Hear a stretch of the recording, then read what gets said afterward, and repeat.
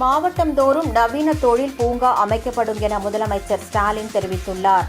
சென்னை நந்தம்பாக்கம் வர்த்தக மையத்தில் நடைபெற்ற கனவுகள் மெய்ப்படும் நிகழ்ச்சியில் நிறைவுரையாற்றிய அவர், திமுக அரசின் திட்டங்களால் பலன் அல்லாத குடும்பங்களே இல்லை என்ற அளவுக்கு திட்டங்கள் செயல்படுத்தப்பட்டது என்றார். அத்துடன் பல்வேறு திட்டங்களையும் அறிவித்தார். அதன்படி 2030க்குள் கலைஞர் கனவு இல்ல திட்டத்தின் கீழ் கிராமப்புறங்களில் 5 லட்சம் வீடுகள், நகர்ப்புறங்களில் 2 லட்சம் வீடுகள் கட்டிக் கொடுக்கப்படும்.